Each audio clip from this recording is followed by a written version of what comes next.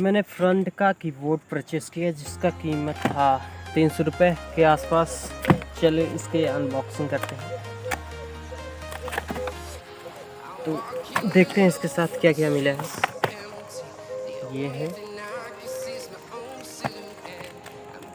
साथ, ये है और ये रहा। तो पन्नी को रखते हैं साइड में और इसके साथ ये मिलता है केबल। काफ़ी अच्छे केबल है, क्वालिटी भी अच्छी है। 1.5 मीटर के आसपास है इसका केबल। और इसके साथ और इसे मैंने काफ़ी अच्छा है,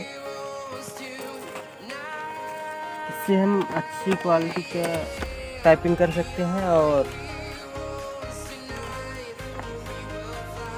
बाकी ये सब कुछ सही है। यहाँ से लेके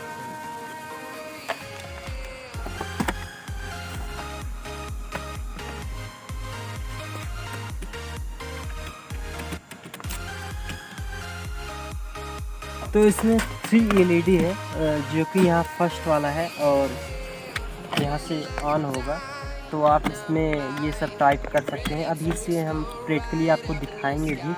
और इसके साथ यहाँ पे है स्टैंड, जो कि हम यहाँ पे रख के टाइपिंग कर सकते हैं। और यहाँ पे कुछ दिया हुआ है अंकों में, यहाँ पे हम देख सकते हैं कीबोर्ड साइज का नंबर यहाँ पे है, फ्रंट का है कीबोर्ड और KB 002।